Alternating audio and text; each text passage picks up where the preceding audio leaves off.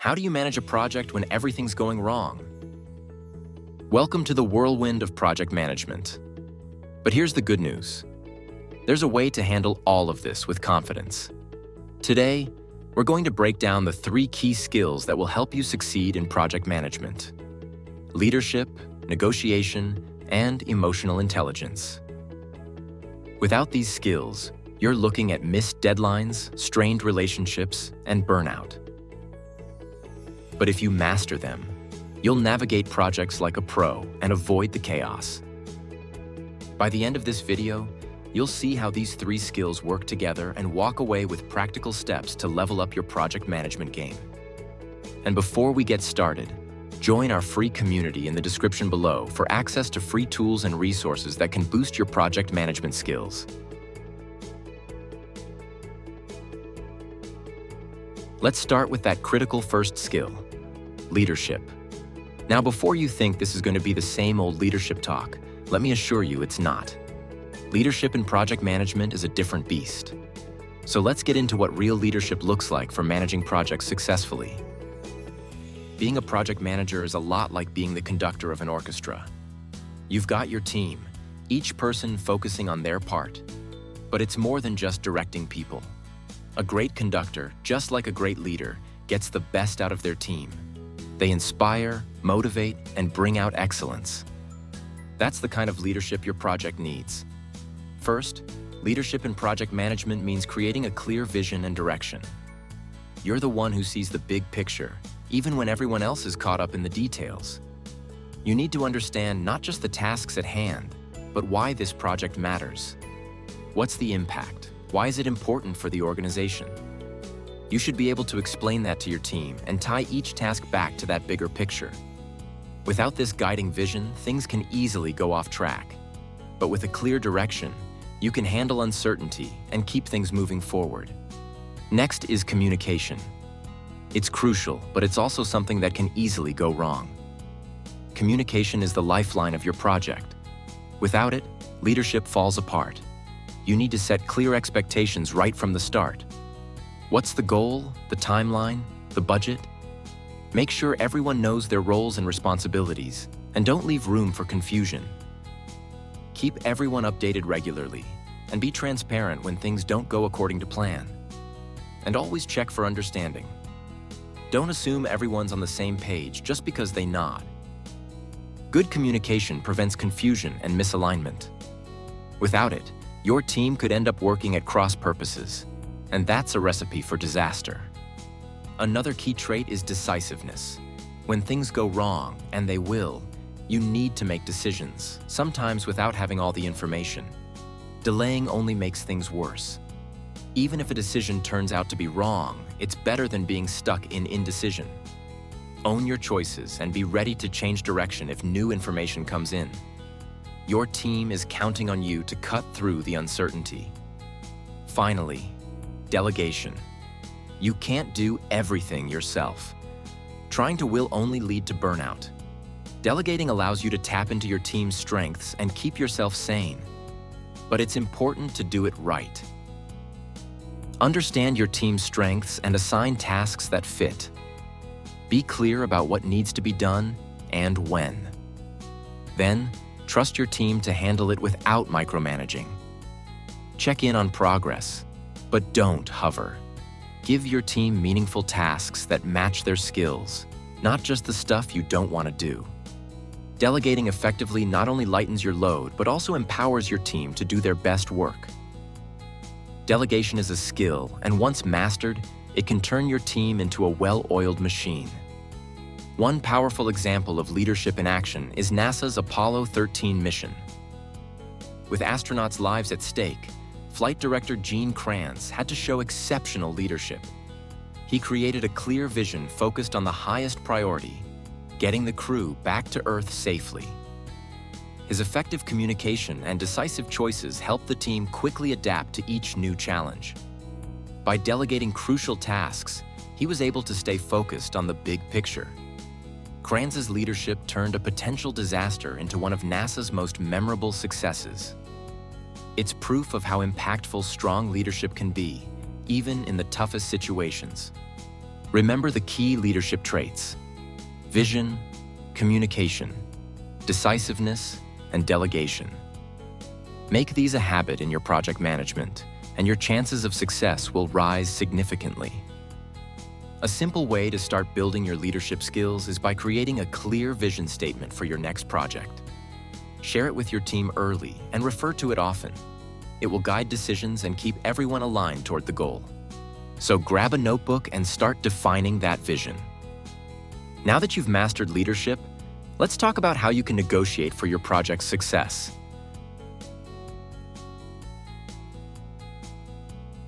Leading your team is just one part of the job.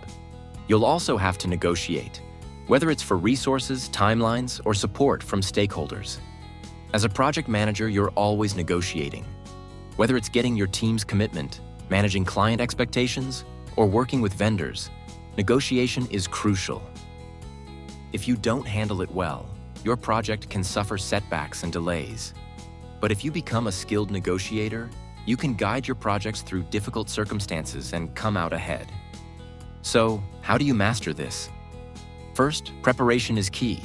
Never go into a negotiation unprepared. Do your research.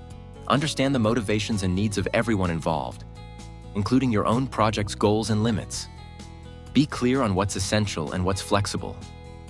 Have solid data and documentation to support your position. Don't rely on verbal agreements. And always be aware of your best alternatives in case you can't reach a deal. Once you're in the negotiation, your strongest tool is active listening.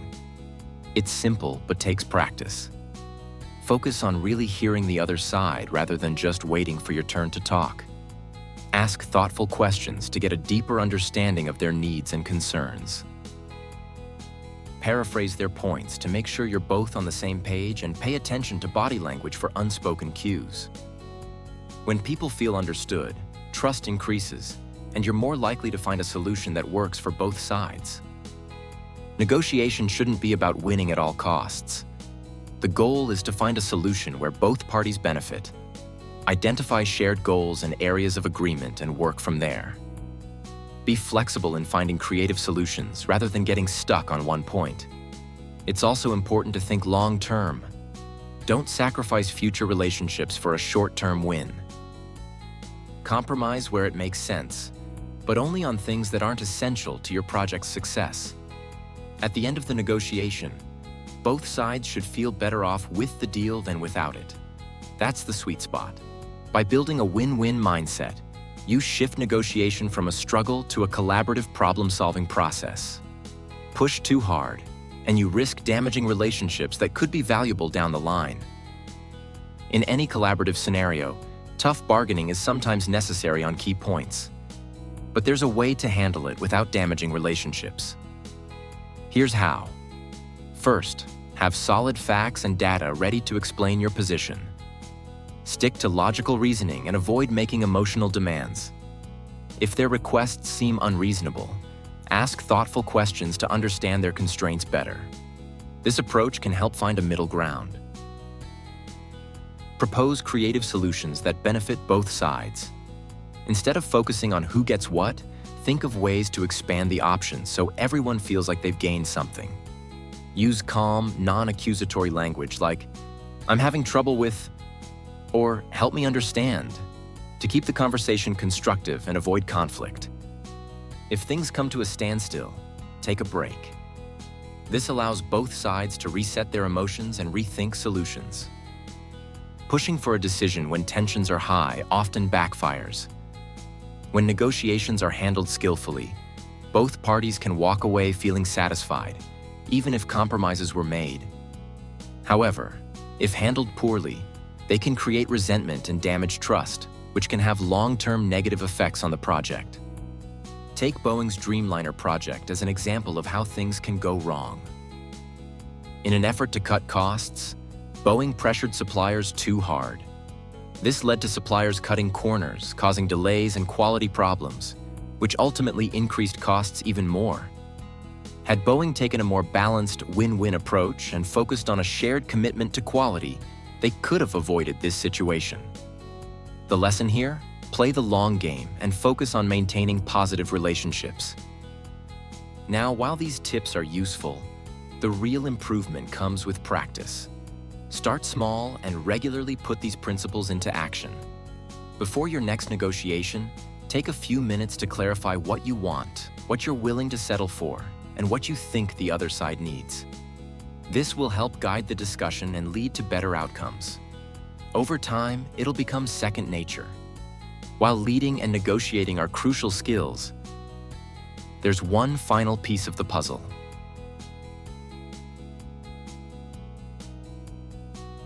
You've got leadership and negotiation skills down, but something still feels off. Maybe team morale is low, stakeholders seem disengaged, or minor conflicts are escalating. What's missing? Emotional intelligence, the key skill that brings all your project management expertise together.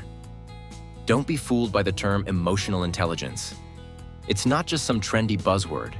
There's real science behind it, and it could be the missing ingredient your project needs to succeed.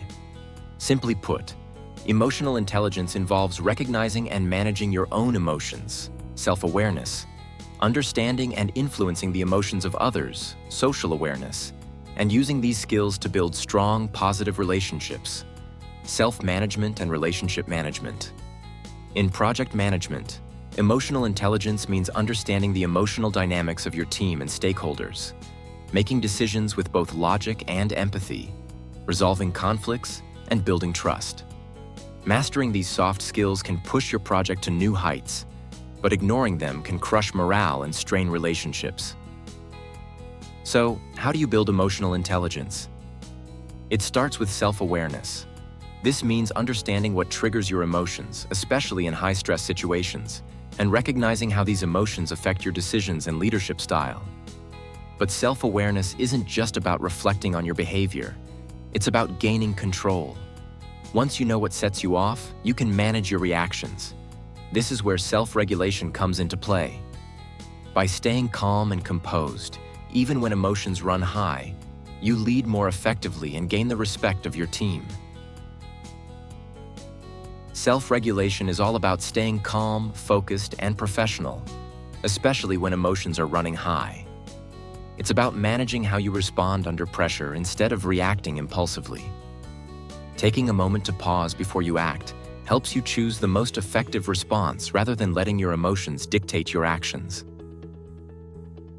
Adjust your leadership style to fit different situations and people, reading the room before you react. Losing your cool even once can damage your credibility, but if you handle tough situations with emotional maturity, you'll earn respect and trust. Now that you've mastered your own emotions, the next step is to understand others.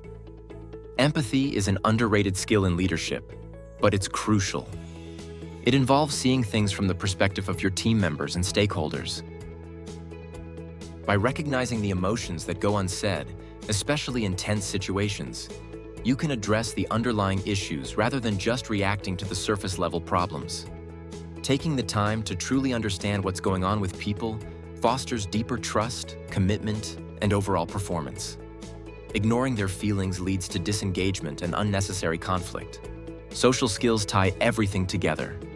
It's your ability to build and maintain relationships, motivate others, and resolve conflicts. Right from the start, build rapport with your team and stakeholders. When conflicts arise, approach them with empathy and a focus on finding common ground rather than using authority. Inspire your team by connecting their tasks to a larger purpose, not just by assigning them work. Your social skills directly impact the atmosphere of your project, and they determine whether you bring people together or cause division when challenges arise. Without emotional intelligence, you may watch your project crumble due to factors you can't quite understand. But with a strong EQ, you'll create trusting relationships that can weather any storm. For instance, if you notice a team member becoming demotivated and disengaged, a project manager with low emotional intelligence might ignore the problem or react with frustration, trying to force them to re-engage. This approach rarely works. However, a leader with high emotional intelligence would recognize the emotional shift, take the person aside privately, and ask with genuine concern what's going on. By working together to understand and resolve the issue, you not only support your team members but also strengthen the relationship. Now you can see how leadership, negotiation, and emotional intelligence come together to make project management run smoothly. These skills don't exist in a vacuum. They work together to strengthen each other. Strong leadership sets the stage for better negotiation. Good negotiation helps you guide your team through tough situations. And emotional intelligence is the glue that holds it all together. The success of your next project depends on what you do today. Master these skills and lead your team to victory. I hope you enjoyed the video. Consider joining our free community where you can access even more tools and resources to enhance your project management skills. The link is in the description below. Hit the subscribe button for more in-depth topics and tutorials. Thanks for watching. See you next time.